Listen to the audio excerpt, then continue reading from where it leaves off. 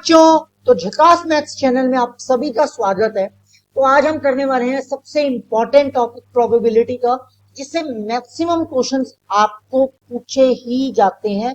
और टॉपिक का नाम है प्रोबेबिलिटी डिस्ट्रीब्यूशन फंक्शन और प्रोबेबिलिटी डेंसिटी फंक्शन, और इसको शॉर्ट फॉर्म में हम बोलते हैं पीडीएफ। और ये काफी इंपॉर्टेंट है ना, हर पॉइंट ऑफ व्यू से, चाहे कॉलेज, चाहे जेई, चाहे सीबीएसई, ये हर में पूछा जाता है। ये काफी इंपॉर्टेंट है और ये आप तभी कर पाओगे अगर आपके रैंडम वेरिएबल्स के कॉन्सेप्ट क्लियर है। अगर आपको रैंडम वेरिएबल्स नहीं आते तो आप ये वाला टॉपिक नहीं कर पाओगे, क्योंकि ये उसी के साथ इंटरकनेक्टेड है। और अगर आपको ये नहीं आते हैं तो आप पिछली वीडियो देख सकते हैं। पिछली वीडियो में हमने कॉन्सेप्ट सीखा था रैंडम वेरिएबल्स का, है ना, तो आप वहां से देख सकते हैं। तो बिना कोई टाइम वेस्ट किए हम स्टार्ट करते हैं प्रोबेबिलिटी डिस्ट्रीब्यूशन फंक्शन के साथ। अब what is probability distribution function? Probability distribution function क्या होता है? वो कुछ भी नहीं होता, एक बस ऑर्डर्ड पेयर होता है x, f ऑफ x का। अब ये x मान लेते हैं एक हमारा रैंडम वेरिएबल फंक्शन है, रैंडम वेरिएबल फंक्शन, और स्मॉल x मान लेते हैं उस रैंडम वेरिएबल, ये स्मॉल x है, ये कैपिटल है, ये स्मॉल है, और स्मॉल x मान लेते हैं उसकी वैल्यूज हैं। मान लो वैल्यू आ रही है 0, 1 और 2, ये रैंडम वेरिएबल की वैल्यू है। अब रैंडम वेरिएबल क्या होता है, मैं एक बार डेफिनेशन बता देता हूँ कि what is random variable. Random variable is a function that associate, random variable is a function that associate real numbers with, अब ये रियल नंबर को किसके साथ एसोसिएट करता है? एलिमेंट्स ऑफ सैंपल स्पेस, है ना। मैं इस वीडियो में इतना ही बताने वाला हूँ, क्योंकि अगर मैं रैंडम वेरिएबल आगे बताने लग गया, है ना, तो फिर पीडीएफ नहीं होगा, फिर रैंडम वेरिएबल ही होगा।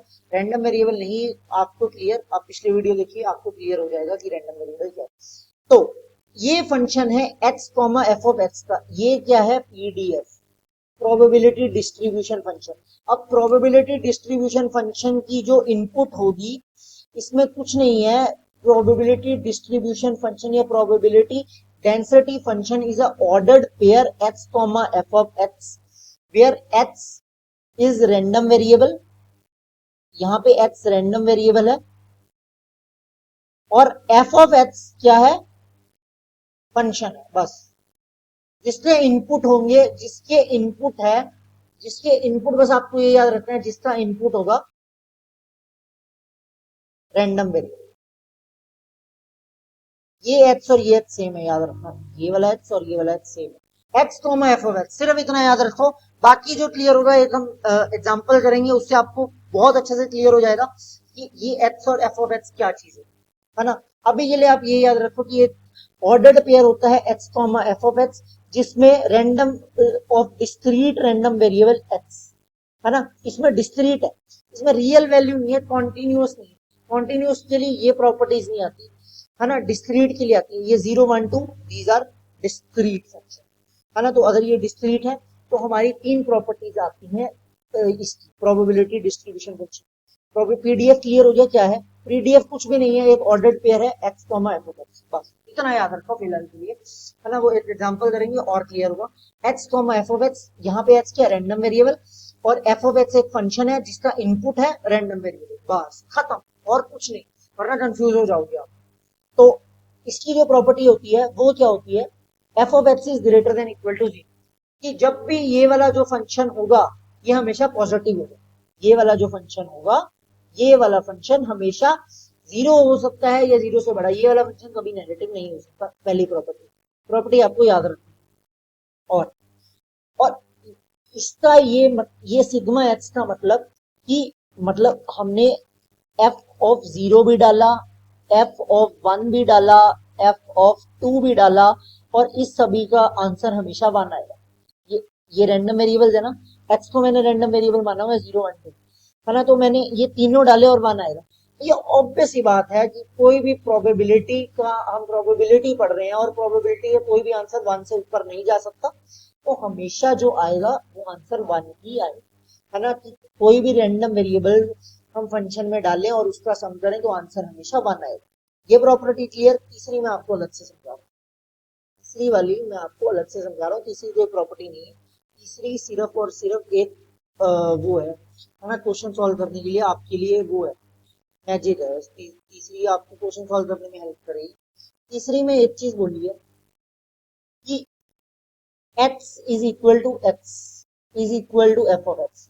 मैंने आपको एक एग्जांपल लिया हुआ है कि रैंडम वेरिएबल बोले हुए हैं x 0 1 2, और ये बोला हुआ है random variable function, random variable function RVF लिख रहा हूँ, ठीक है, मतलब आरवीएफ, ये रैंडम वेरिएबल फंक्शन। अब जब रैंडम वेरिएबल फंक्शन की वैल्यू x होगी, यानी कि इस रैंडम वेरिएबल फंक्शन की वैल्यू 0 होगी, तो हमने कुछ नहीं करना, तो x is equal random variable function की वैल्यू 0 होगी तो हमने फंक्शन में इनपुट डाल देना, बस कुछ नहीं है, जो वैल्यू ये है वही वैल्यू ये है, और इसी को सॉल्व करके हमें f निकाल लेना है ना, इसी को सॉल्व करके हमने फंक्शन निकाल लिया, आसानी से निकल जाएगा फंक्शन। ये क्लियर हो गया। ये था डिस्क्रीट के लिए, ये 3 प्रॉपर्टीज आई थी हमारी डिस्क्रीट के लिए, कि जो है फंक्शन हमेशा 0 या 0 से प्लस होगा, और सभी का प्रोबेबिलिटीज का सम 1 होगा रैंडम वेरिएबल इनपुट के साथ, और जब भी रैंडम वेरिएबल की कोई वैल्यू होगी 0 1 2, रैंडम वेरिएबल ये स्मॉल एच रैंडम वेरिएबल की वैल्यू है, वही हमने फंक्शन में इनपुट कर देनी है 0 1 2, वही सेम हमने इनपुट कर देनी है। ये था हमारा डिस्क्रीट के लिए। अब आता है कॉन्टिन्यूअस के लिए। फिर तो हमारे रैंडम वेरिएबल्स जो होते हैं 0 1 और 2 हो तो पिछला वाला आएगा, अगर हमारे रैंडम वेरिएबल्स आ जाए 0.1111 √2 √3 ये आ जाए, तो हमारे पास ये प्रॉपर्टीज आती हैं कि पहली प्रॉपर्टी से आ जाए समझ, पहली प्रॉपर्टी से कि जोन सा हमारा फंक्शन होगा वो हमेशा 0 या 0 से ऊपर होगा। दूसरी हमारे पास प्रॉपर्टी आती है कि प्रोबेबिलिटीज का सम माइनस इंफिनिटी से इंफिनिटी 1। अब हमने ये क्यों लिया, अब देख लो ये क्यों किया। मान लो एक ये फंक्शन है हमारे पास जिसका रैंडम वेरिएबल डिफाइन है 1 से 2 में, 1 से 2 में सारे पॉइंट्स, तो अब उसकी जो प्रोबेबिलिटी का सम होगा मान लो 1.111 पे, और ऐसे ही करके फिर आएगा 1.12 पे, और ऐसे ही करके जब भी मैं पूरी का सम करता रहूंगा, है ना, 1.9 मान लो, है ना, 1.99 समथिंग पे, तो जब भी हम भी कोई भी प्रोबेबिलिटी का सम करेंगे तो हमेशा 1 ही आएगा।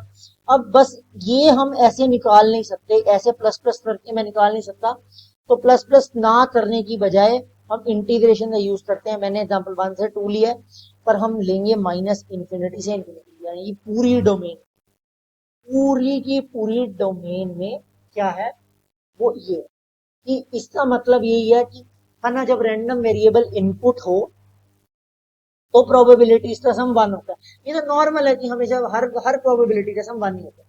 और फिर आते हैं हमारी तीसरी प्रॉपर्टी, लास्ट प्रॉपर्टी, ये सिर्फ आपको बस याद रखनी है, ये सीटीएम है, इसका डायरेक्ट क्वेश्चन आता है ना, कि अगर रैंडम वेरिएबल फंक्शन की वैल्यू ए से बी है, तो वो इक्वल होती है F of X integration A to B dx provided we have continuous random variable, provided we have continuous random variable। तो ये आपका हो गया रैंडम पीडीएफ का कॉन्सेप्ट क्लियर। दो केस में यूज होता है पीडीएफ, एक हमारा यूज होता है कॉन्टिन्यूअस रैंडम वेरिएबल के केस में, एक हमारा वो यूज होता है डिस्क्रीट के केस में। 3 प्रॉपर्टीज इसमें थी हमारी, 3 ही प्रॉपर्टीज इसमें थी, ये तीनों प्रॉपर्टीज आपको अच्छे से याद होनी चाहिए। अब आपको और चीजें क्लियर होगी जब हम एग्जांपल करेंगे, तो लेट्स डू सम एग्जांपल। तो हमारा एग्जांपल क्या बोल रहा है, let's see, a shipment of 20 similar laptop computers to a retail outlet contains 3 that are defective. अब 20 में से हमारे 3 डिफेक्टिव है, मैं साथ साथ क्वेश्चन लिखता रहता हूं ताकि आसानी हो। If school makes a random purchase of 2, अब स्कूल ने किया रैंडम परचेज 2, इन 20 में से स्कूल ने 2 लिया, find the probability distribution for the number of डिफेक्टिव्स। अगर हमें प्रोबेबिलिटी डिस्ट्रीब्यूशन निकालना है नंबर ऑफ डिफेक्टिव्स का, तो हमें सबसे पहले क्या लिखना होगा, random variable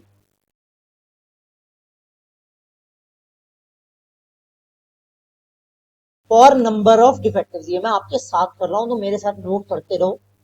random variable for number of डिफेक्टिव्स।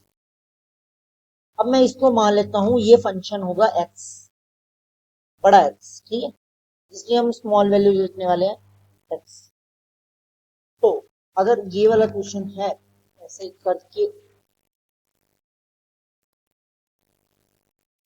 तो हमने क्या बोला है, हमने निकालना है प्रोबेबिलिटी डिस्ट्रीब्यूशन। अब प्रोबेबिलिटी डिस्ट्रीब्यूशन मैंने आपको फॉर्मूला क्या होता है, प्रोबेबिलिटी डिस्ट्रीब्यूशन कुछ भी नहीं होता, एक ऑर्डर्ड सेट होता है x एफ ऑफ x का, और यहाँ पे x है रैंडम वेरिएबल और एफ ऑफ x है प्रोबेबिलिटी फंक्शन, प्रोबेबिलिटी फंक्शन।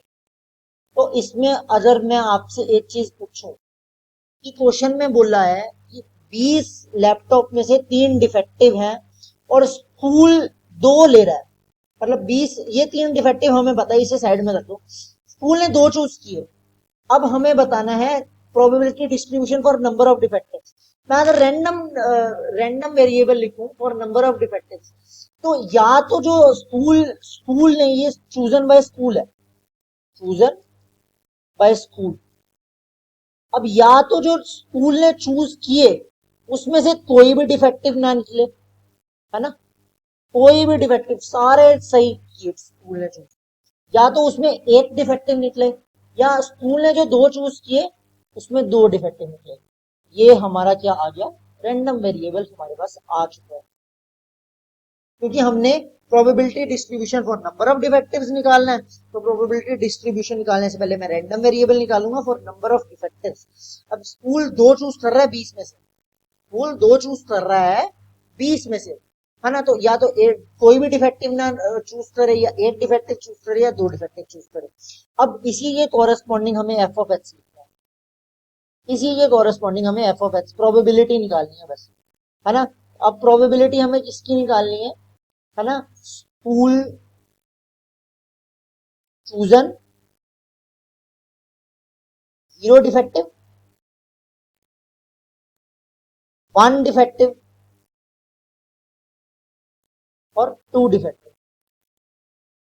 तो मैं आपको पहले फाइनल आंसर बताऊंगा मैं कैसे लिखूंगा, आपको इसका फाइनल आंसर बताता हूँ कैसे लिखना है। एक्स ऑफ 0 बताते हैं, p is equal to x is equal to 0, इसमें रैंडम वेरिएबल का ये फंक्शन है वो 0 है, और ये आएगा एफ ऑफ 0। अब टोटल 20 है, मैं आपको सीधा बता रहा हूँ, टोटल 20 है, उसमें से हमने 2 सिलेक्ट करने हैं, तो टोटल नंबर ऑफ आउटकम्स तो आएंगे 20C2, ठीक है, टोटल नंबर ऑफ आउटकम्स आएंगे 20C2। अब उसमें से हमें क्या पता है ऑलरेडी कि 3 डिफेक्टिव है, 3 डिफेक्टिव है। अब स्कूल ने एक भी नहीं चूज किया डिफेक्टिव में से, तो 3C0, ठीक है। तो स्कूल ने अगर एक भी चूज नहीं किया डिफेक्टिव में से, ये हम 0 के लिए फाइंड कर रहे हैं, तो स्कूल ने अगर एक भी चूज नहीं किया 0 में से, तो अब स्कूल 2 चूज करेगा कितने में से, बाकी के बच्चों में से ना। अब स्कूल 2 चूज करेगा बाकी के बचे 17 में से, 17 में से जब 2 चूज करेगा तो 17C, तो ये आंसर है, ठीक है। तो जब हम इसको सॉल्व करते हैं तो आंसर आता है 68/95। ये मैंने निकाल के रखा है आपके लिए, क्योंकि ना मैं आपके सामने अगर कैलकुलेशन करूंगा ना तो वीडियो अननेसेसरीली लेंथी बने। अब हम आते हैं ये इस पे second part, second part solve करते हैं। सेकंड पार्ट आप करो, चलो सेकंड पार्ट जो है वो आप सॉल्व करो। सेकंड पार्ट में x इज इक्वल टू 1, ये x is equal to random variable 1 के कि स्कूल ने चूज किया 1 डिफेक्टिव, है ना, कि स्कूल ने 1 डिफेक्टिव चूज कर दिया। क्वेश्चन मैं फिर बता रहा हूँ, हमारे पास 20 थे जिसमें हमें पता है कि 3 डिफेक्टिव हैं, 20 लैपटॉप हैं जिसमें हमें ऑलरेडी पता है कि 3 डिफेक्टिव हैं, और स्कूल ने 2 चूज करने हैं, school has to choose 2 laptops, school has to choose 2 laptops, ठीक है। तो इसमें आएगा अगर स्कूल ने 2 लैपटॉप चूज करने हैं और इसमें x1 है, यानी स्कूल डिफेक्टिव में से एक ही करेगा, तो टोटल स्कूल ने 2 ही करने हैं, तो 20 में से 2 करेगा तो 20C2 आएगा। और अब स्कूल ने डिफेक्टिव में से 1 करना है, 3C1, ठीक है, और सही में से भी 1 ही करेगा क्योंकि उसने करने तो 2 ही है, तो आएगा पोजीशन 17C1। ये आपको क्लियर होना चाहिए कि ये मैंने कैसे लिखा। और इसका जो आंसर आता है वो आता है 51/19, ठीक है। ऐसे ही करके अगर मैं बताऊं कि probability of x is equal to 2,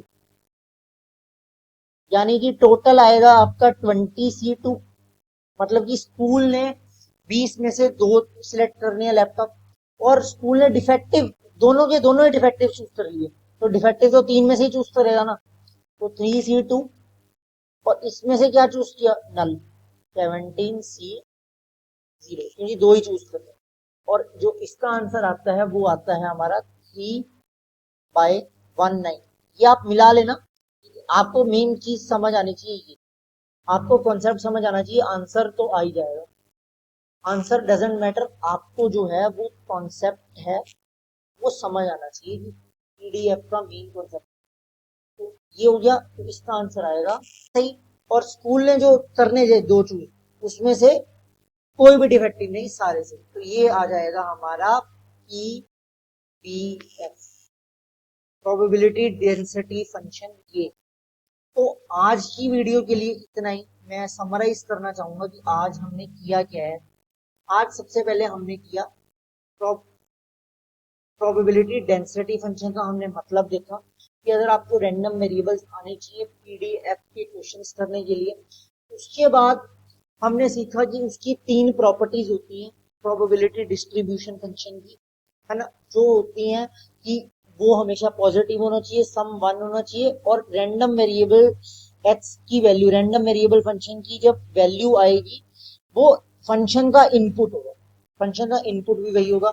वही चीज हमने सीखी, है ना, कॉन्टिन्यूअस में जब हम उसमें सम ना करके हम उसमें इंटीग्रेशन करते हैं, और बाकी एक फॉर्मूला है, और हमने एक क्वेश्चन किया। अब करने को मैं इसमें आपको और क्वेश्चन भी करवा सकता था, पर एक्चुअली वीडियो की लेंथ बहुत ज्यादा लंबी हो रही है, तो यही पीडीएफ हम नेक्स्ट वीडियो में कंटिन्यू करने वाले हैं। तो आप स्टे ट्यून्ड रहे, और रैंडम वेरिएबल का कॉन्सेप्ट आपको अच्छे से आना चाहिए। उसके लिए आप इससे पिछली वीडियो जरूर देखें, के लिए आप इसके पिछली वीडियो जरूर देखें, तभी आपको क्लियर होगा। और ये काफी अच्छा क्वेश्चन है, तो आपको ये चीज थोड़ा समझने में, डाइजेस्ट होने में टाइम लग सकता है, तो समझ आ गई हो, है ना, पर फिर भी आप इसकी प्रैक्टिस जरूर करें। और हम नेक्स्ट वीडियो में एक क्वेश्चन करने वाले हैं, कौन सा, कॉन्टिन्यूअस प्रोबेबिलिटी डेंसिटी फंक्शन का, वो इस वीडियो में रह गया क्योंकि तो प्लीज चैनल को सब्सक्राइब, लाइक, शेयर जरूर करें, आपका सपोर्ट मुझे जरूर चाहिए, तभी हम आगे बढ़ पाएंगे। बहुत बहुत धन्यवाद, नमस्ते, आदाब, सत श्री अकाल।